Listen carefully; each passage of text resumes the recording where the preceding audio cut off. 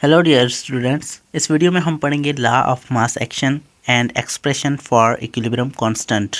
7.1.2 topic है हमारा, chapter number 7 chemical equilibrium के अंदर। तो आज हम इसमें जो है वो लॉ ऑफ मास एक्शन को डिस्कस करेंगे और इसके अंदर एक्सप्रेशन ऑफ इक्विलिब्रियम कांस्टेंट को भी डिस्कस करेंगे। तो चलिए इस वीडियो को स्टार्ट करते हैं।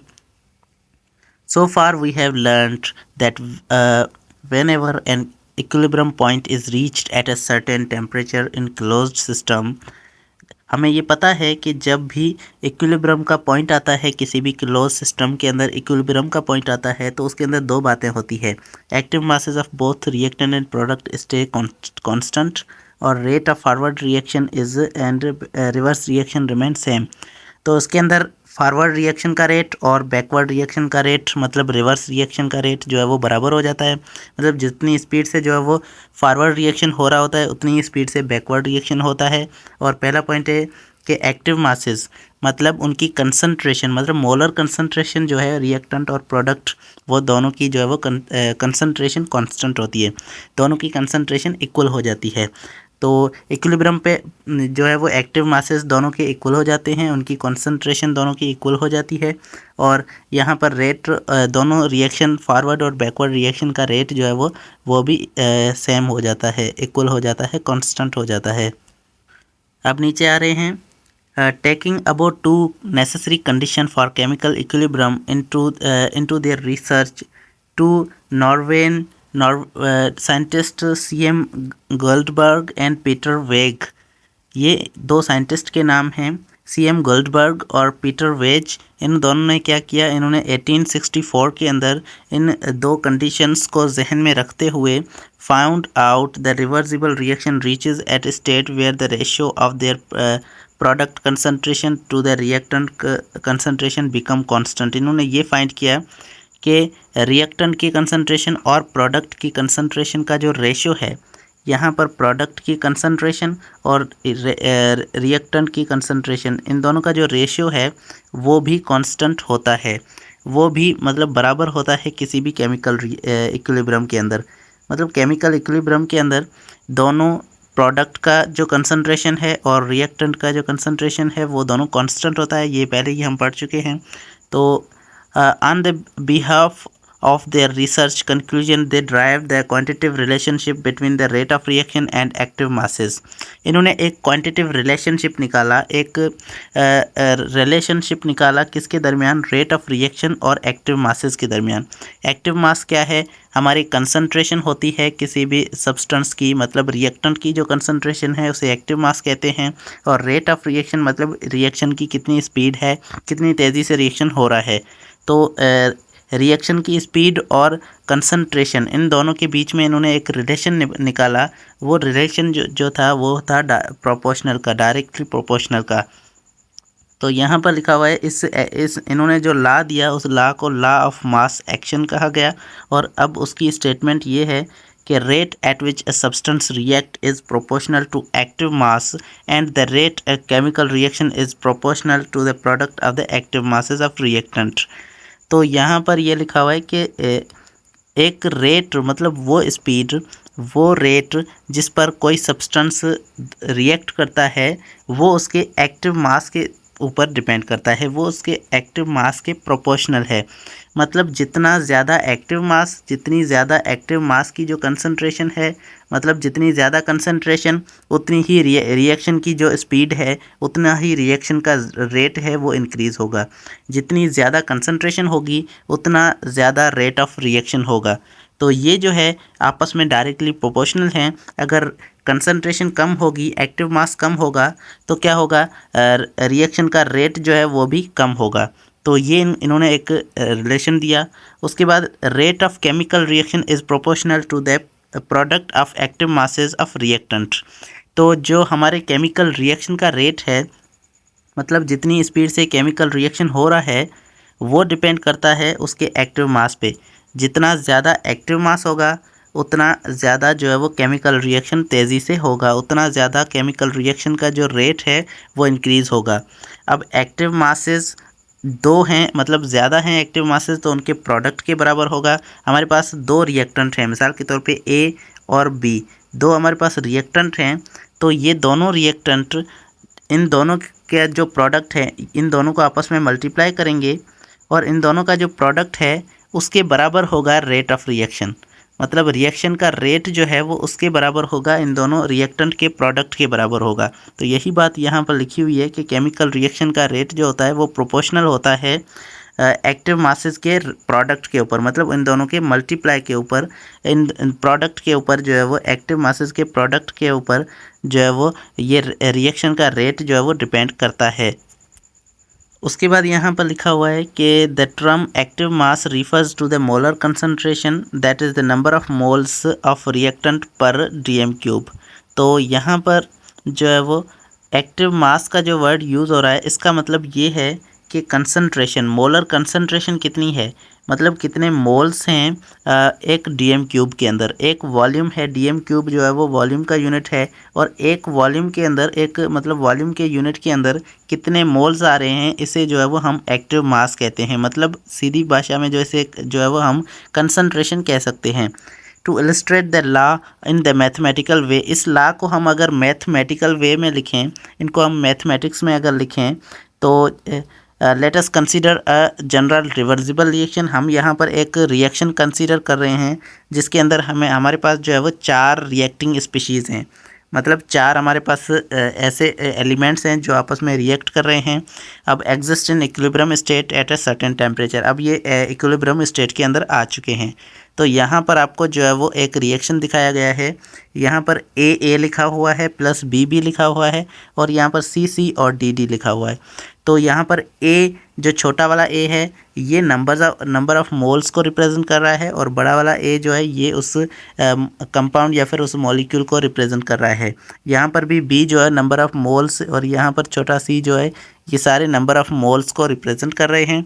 अब ये हमारे पास एक रिएक्शन जो है ये चल रहा है, रिवर्सिबल रिएक्शन है, और ये अब स्टेट में है जो है वो इक्विलिब्रियम स्टेट के अंदर आ चुका है। अब हम आते हैं लॉ ऑफ मास एक्शन पे। According to law of mass action the rate of forward reaction, मतलब जितनी स्पीड से जो है वो फॉरवर्ड रिएक्शन होगा, आर एफ से उन्होंने रिप्रेजेंट किया है, is directly proportional to product of active masses.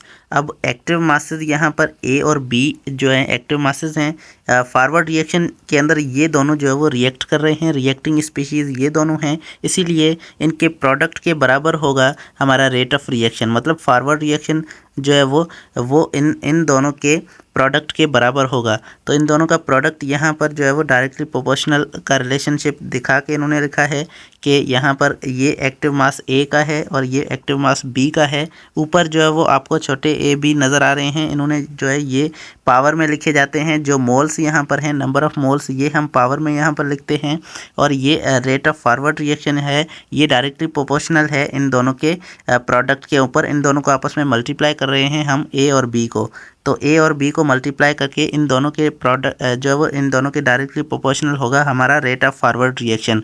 अब हम ये जो प्रोपोर्शनल का साइन है ये अगर हम हटाएंगे तो यहाँ पर एक कांस्टेंट लगेगा, और ये कांस्टेंट होगा के एफ जो है वो ये फॉरवर्ड रिएक्शन का कांस्टेंट है, कांस्टेंट ऑफ फॉरवर्ड रिएक्शन। ये जो है हर फॉरवर्ड रिएक्शन का जो है कांस्टेंट हम इनसे मल्टीप्लाई करके जो है वो निकाल सकते हैं। उसी तरह हमारे पास रेट ऑफ बैकवर्ड रिएक्शन जो है, मतलब रिवर्स रिएक्शन का जो रेट है उसे हम आर बी से लिख रहे हैं। अब ये रिवर्स रिएक्शन जो है वो इस तरह बैकवर्ड जाएगा, तो इसके अंदर दोनों रिएक्टिंग स्पीशीज़ जो हैं ये सी और डी हैं, मतलब ये दोनों रिएक्ट करेंगे तो ये दोनों जो है वो ए और बी बनेंगे। तो यहाँ पर ये दोनों रिएक्ट कर रहे हैं, तो इसीलिए जो है वो इनके जो है वो प्रोडक्ट के बराबर होगा रेट ऑफ बैकवर्ड रिएक्शन। तो यहाँ पर जो है वो रेट ऑफ बैकवर्ड रिएक्शन आपको दिखाया गया है, और ये डायरेक्टली प्रोपोर्शनल है सी और डी के प्रोडक्ट के ऊपर। तो यहाँ पर इन दोनों का प्रोडक्ट है सी और डी का, ऊपर जो है वो ये छोटे सी और डी ये जो है वो नंबर ऑफ़ मोल्स हैं, और यहाँ पर जो है वो इसका जो कांस्टेंट लगेगा, यहाँ पर अगर हम प्रोपोर्शनल का साइन हटाएंगे तो के बी यहाँ पर कांस्टेंट लगता है, और ये हमारी इक्वेशन यहाँ पर बन गई है बैकवर्ड रिएक्शन की, और ये जो है ये फॉरवर्ड रिएक्शन की इक्वेशन है। अब यहाँ पर जो है वो जब इक्विलिब्रियम का स्टेट आता है तो जो है वो रिवर्स रिएक्शन और बैकवर्ड मतलब फॉरवर्ड और बैकवर्ड दोनों रिएक्शन आपस में रेट इनके इक्वल हो जाते हैं, और जब रेट इक्वल हो जाते हैं तो हम इन दोनों को जो है वो इक्वल में रखते हैं। अब इन दोनों को जो हमने यहाँ पर इक्वल का साइन देकर रख लिया है। अब जब हमने इनको इक्वल में रख लिया है तो ये वाला जो के बी है ये हम ट्रांसफ़र करेंगे इस साइड पे। अब ये यहाँ पर जो है वो मल्टीप्लाई कर रहा था, इस साइड पे आएगा तो ये के एफ़ को डिवाइड करेगा। तो यहाँ पर जो है वो के एफ़ को के बी डिवाइड कर रहा है। उसके बाद ये जो हमारे पास हैं ये ए और बी हैं, ये इस साइड जाएंगे तो ये इसको डिवाइड करेंगे। तो सी और डी को जो है यहाँ पर ए और बी ये डिवाइड कर रहे हैं। तो ये हमारी फाइनली इक्वेशन बन चुकी है और ये इक्वेशन जो है वो लॉ ऑफ मास एक्शन की इक्वेशन है। अब यहाँ पर जो है वो एक स्टेटमेंट लिखी हुई है कि एट गिवन टेम्परेचर बोथ के एंड एफ आर कांस्टेंट। अब यहाँ पर किसी भी टेम्परेचर पे या किसी गिवन टेम्परेचर पे जो है वो के और एफ ये दोनों आपस में कांस्टेंट होते हैं, क्योंकि हमारे पास रेट ऑफ फॉरवर्ड और रेट ऑफ बैकवर्ड रिएक्शन ये इक्विलिब्रियम के अंदर जो है वो कांस्टेंट होते हैं। तो ये दोनों आपस में अगर कांस्टेंट हैं, ये कांस्टेंट हैं, तो क्या होगा, तो हम इन दोनों का जो रेशियो है उनको वो भी कांस्टेंट होगा। इन दोनों का रेशियो, ये यहाँ पर इन दोनों का रेशियो है तो ये कांस्टेंट होगा। और इसे हमने एक अलग सैंपल दिया है वो है के सी का। तो फाइनली ये हमारी इक्वेशन बन चुकी है के सी इक्वल्स टू सी, उसके ऊपर छोटा सा सी है, ये नंबर ऑफ़ मोल्स हैं, और यहाँ पर छोटा सा डी नंबर ऑफ़ मोल्स हैं, एक्टिव मासेस यहाँ पर लिखे हुए हैं। अब ये जो हमारे पास एक्सप्रेशन बनी है, ये एक्सप्रेशन जो है वो ये इक्विलिब्रियम कांस्टेंट है।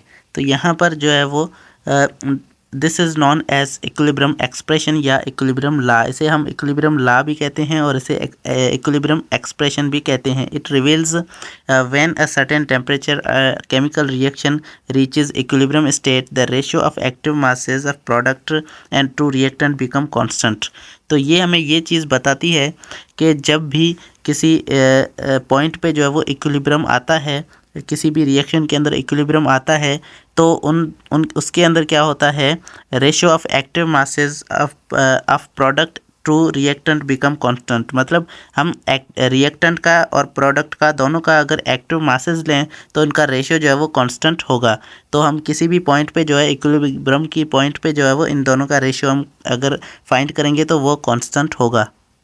उसके बाद यहाँ पर छोटा सा टॉपिक है effect of change in temperature on the value of के सी। के सी की वैल्यू पर जो है वो टेम्परेचर के चेंज होने से चेंज आता है या फिर नहीं, ये यहाँ पर छोटा सा पैराग्राफ है। तो the value of equilibrium constant के सी वेरी विद टेम्परेचर। ये जो है के सी की वैल्यू टेम्परेचर के हिसाब से चेंज होती रहती है। मिसाल के तौर पे यहाँ पर जो है वो अमोनिया की फॉर्मेशन का जो रिएक्शन है यहाँ पर उसकी जो के सी की वैल्यू है वो 4.1 इंटू 10⁸ है, मतलब ये बहुत ही ज़्यादा है। जब हम इसका टेम्परेचर 25 सेंटीग्रेड से लेकर जो है वो हम 400 सेंटीग्रेड करते हैं तो इसकी के सी की वैल्यू 0.5 हो जाती है, मतलब बहुत ही कम हो जाती है, डिक्रीज़ हो जाती है। तो टेम्परेचर के हिसाब से जो है वो के सी की वैल्यू यहाँ पर डिक्रीज़ हो रही है। लेकिन दूसरी हमारे पास कंडीशन है कि के सी की वैल्यू ऑफ डीकम्पोजिशन रिएक्शन, यहाँ पर डीकम्पोजिशन रिएक्शन है N2O4 का, जिसके अंदर 25 डिग्री जो है वो टेम्परेचर के अंदर इसकी जो के सी की वैल्यू है वो है 4.64 इंटू 10⁻³ तो ये बहुत ही कम वैल्यू है इसकी। लेकिन जब हम इसका टेम्परेचर इंक्रीज़ करते हैं 127 सेंटीग्रेड करते हैं तो इसकी के सी की वैल्यू 1.53 हो जाती है, मतलब ये बहुत ही इंक्रीज़ हो जाती है। तो एक जगह पे जो है वो टेम्परेचर के बढ़ाने से के सी की वैल्यू जो है वो बहुत ही कम हो रही है और दूसरी जगह टेम्परेचर के बढ़ाने से के सी की वैल्यू बहुत ही ज़्यादा बढ़ रही है। तो ये दो कंडीशन हमारे पास आ जाती हैं जिसके अंदर हम ये फाइंड आउट कर सकते हैं कि हमारे टेम्परेचर का जो है वो के सी की वैल्यू पे क्या इफ़ेक्ट आ रहा है। उसके बाद इस पैराग्राफ पे आते हैं, इसके अंदर जो है वो के सी के यूनिट की बात हो रही है। द यूनिट ऑफ के see depends on the form of the expression. तो यहाँ पर जो है वो एक्सप्रेशन, इक्विलिब्रियम की एक्सप्रेशन का कौन सा फॉर्म है इस पे डिपेंड करती है के सी का यूनिट। मतलब के सी का यूनिट कैसे आएगा, हम कैसे फाइंड कर सकते हैं, वो यहाँ पर जो है वो इसके अंदर आपको कुछ पॉइंट्स लिखे हुए हैं, इसको आप देखकर जो है वो के सी का यूनिट फाइंड कर सकते हैं। मिसाल के तौर पे if the number of moles of reactant are equal to the number of moles of product the K C has no unit and concentration units. यहाँ पर कंसंट्रेशन का जो है ये यूनिट लिखा हुआ है of all the species are cancelled by each other. अब यहाँ पर जो है वो पहली कंडीशन है कि अगर हमारे रिएक्शन के अंदर जितने नंबर ऑफ़ मोल्स जो है वो रिएक्टेंट के हैं, नंबर ऑफ़ मोल्स रिएक्टेंट के हैं, वो अगर इक्वल हैं number of moles of product के नंबर ऑफ़ मोल्स के बराबर हैं, तो केसी का इसके अंदर कोई भी यूनिट नहीं होगा, क्योंकि सारे जो कंसंट्रेशन के यूनिट हैं वो आपस में कैंसिल हो जाएंगे। प्रोडक्ट साइड भी उतने ही यूनिट होंगे कंसंट्रेशन के, और हमारे पास रिएक्टेंट की साइड पे भी उतने ही कंसंट्रेशन के यूनिट होंगे, तो वो आपस में कैंसिल हो जाएंगे। उसके बाद आता है नंबर दूसरी, if the number of moles of reactant are different from number of moles of product then the KC unit is determined by using the formula. अब यहाँ पर जो है वो अगर रिएक्टेंट के नंबर ऑफ़ मोल्स जो है वो प्रोडक्ट से डिफरेंट हैं या बड़े हैं या छोटे हैं, तो उससे क्या होगा, हमें जो है वो केसी का यूनिट इस फार्मूले से फाइंड करना होगा। कैसे?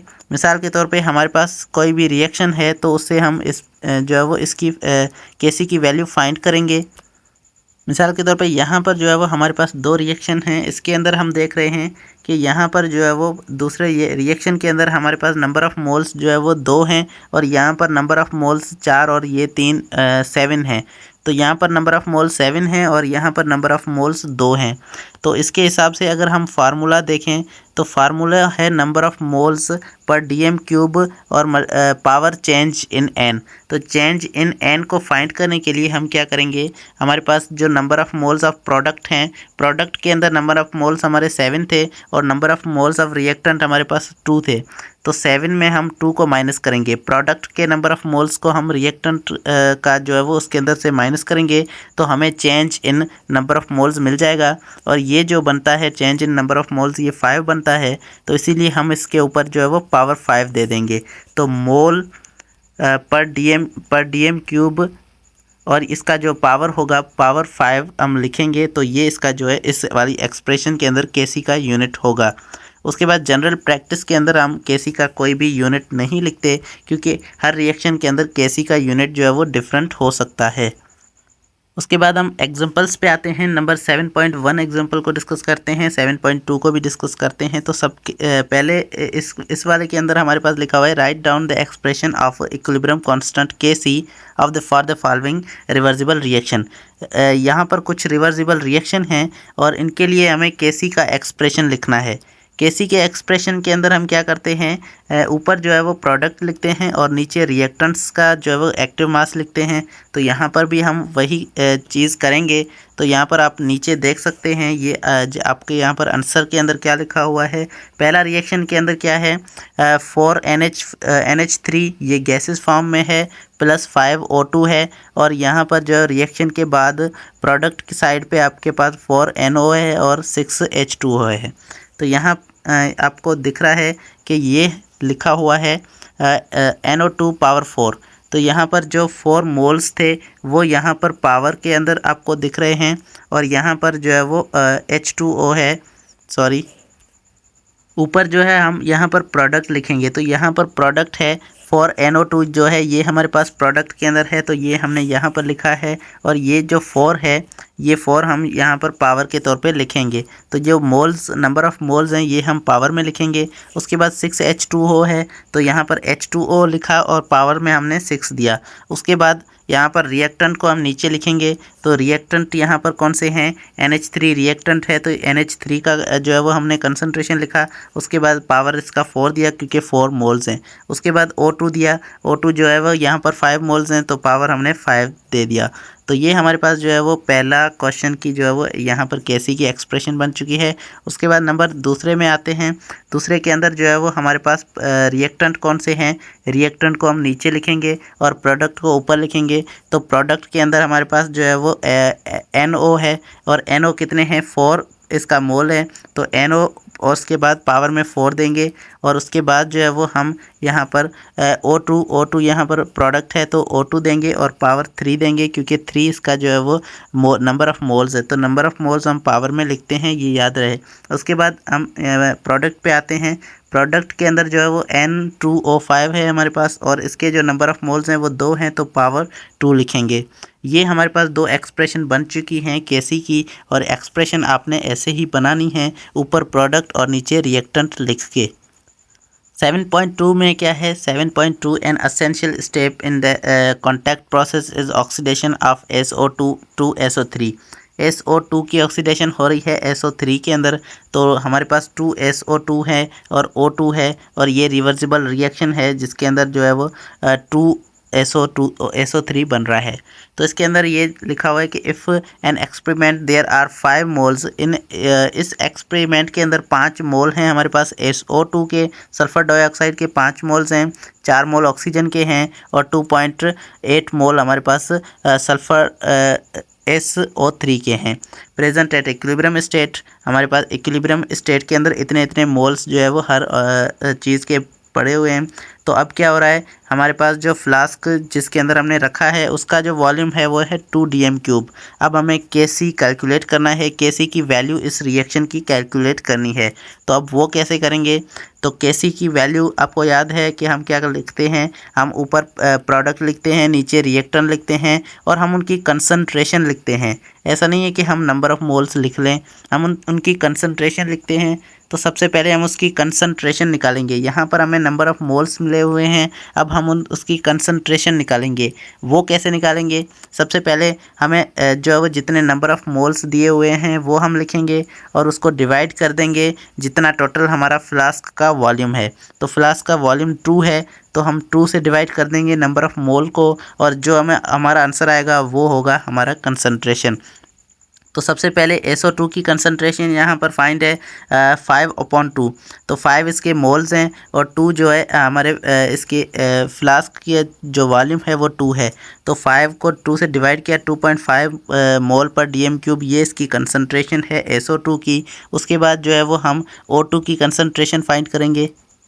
O2 की कंसंट्रेशन के अंदर हमारे पास O2 के 4 मोल्स हैं और उसको 2 से डिवाइड किया तो 2 मोल्स पर dm³ इसकी कंसंट्रेशन आ गई। उसके बाद 2.8 हमारे पास SO3 की जो मोल्स हैं, इसको 2 से डिवाइड किया तो 1.4 मोल पर dm³ इसकी जो है वो कंसंट्रेशन आ गई। तो तीनों की हमने कंसंट्रेशन निकाल ली। अब इनको पुट करेंगे Kc की एक्सप्रेशन के अंदर। सबसे पहले इनकी हमने Kc की एक्सप्रेशन बनाई है, तो ऊपर जो है वो इसके प्रोडक्ट्स हैं और नीचे इसके रिएक्टेंट हैं, और उसके बाद जो है वो इनके हमने पावर भी अच्छे से दे दिए हैं, जो हमारे मोल्स होते हैं, नंबर ऑफ़ मोल्स होते हैं। तो यहाँ पर जो है वो नीचे हम इसकी कंसंट्रेशन लिखेंगे। तो कंसंट्रेशन जो भी आई है हमारे पास, ऊपर SO3 की जो कंसंट्रेशन थी वो 1.4 थी, और उसके ऊपर जो यहाँ पर पावर है तो यहाँ पर भी जो है हमें पावर देना पड़ेगा। तो ये सारी कंसंट्रेशन लिखने के बाद जब इसको सॉल्व किया तो यहाँ पर इसका आंसर आ गया 0.153, और ये इसका जो है वो इसके हिसाब से इसका यूनिट भी आ गया, और यूनिट जो है वो हम निकालने का फार्मूला सीख चुके हैं। तो ये इसका जो है वो आंसर आ गया, और Kc की वैल्यू इसकी जो है वो 0.157 आ चुकी है। उसके बाद एग्जांपल 7.3 है, इसके अंदर भी हमारे पास एक रिएक्शन है जिसके अंदर जो है वो हम इथेनॉल और एसिटिक एसिड का रिएक्शन कर रहे हैं, जिसके अंदर ऑर्गेनिक सॉल्वेंट जो है वो ये ऑर्गेनिक सॉल्वेंट के तौर पे ईस्टर यूज़ होता है।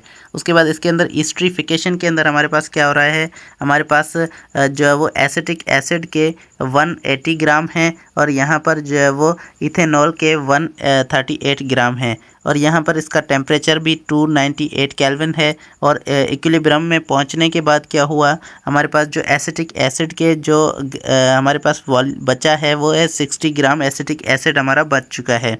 तो अब यहाँ पर हमें Kc की वैल्यू को कैलकुलेट करना है। सबसे पहले हम नंबर ऑफ़ मोल्स को जो है वो लिखेंगे कि कितने मोल्स बने हैं। तो यहाँ पर जो है वो हमारा इसके नंबर ऑफ़ मोल्स निकालने का formula given mass upon molar mass है।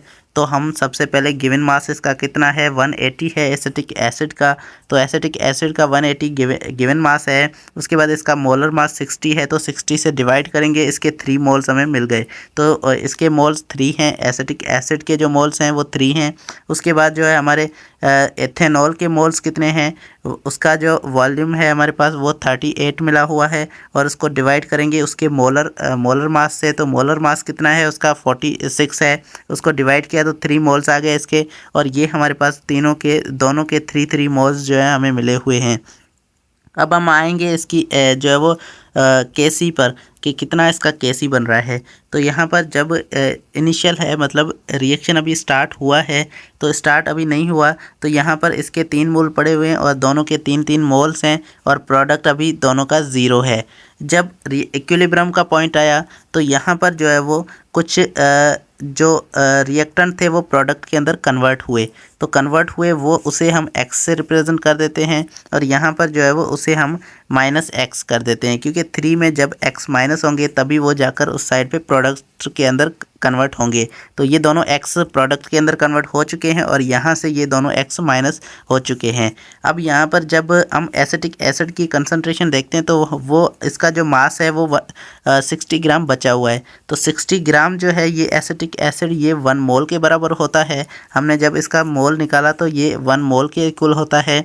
तो 3 मोल्स के में जो x जो है वो यूज़ हो चुका है, बाकी कितना बचा है 1 मोल बचा है। तो इसका मतलब है x की वैल्यू जो है वो 2 है। मतलब हमने जो है वो 2 मोल्स इसके अंदर जो है यूज़ हुए हैं और 1 मोल जो है बाकी बच चुका है। अब हम इसके केसी की वैल्यू निकालेंगे तो ऊपर हम प्रोडक्ट लिखेंगे, नीचे हम रिएक्टेंट लिखेंगे और इसके अंदर जो है वो हमने मोल्स लिखे हैं कि कितने कितने मोल्स आ रहे हैं। तो 2-2 जो है मोल्स आ रहे हैं और ये 2 मोल्स जो है ये प्रोडक्ट के बन रहे हैं। x की वैल्यू 2 है तो 2-2 हमने लिखा और नीचे जो है वो रिएक्टेंट हमारे पास 1-1 है। तो ये हमारे पास केसी की वैल्यू आ गई। केसी जो है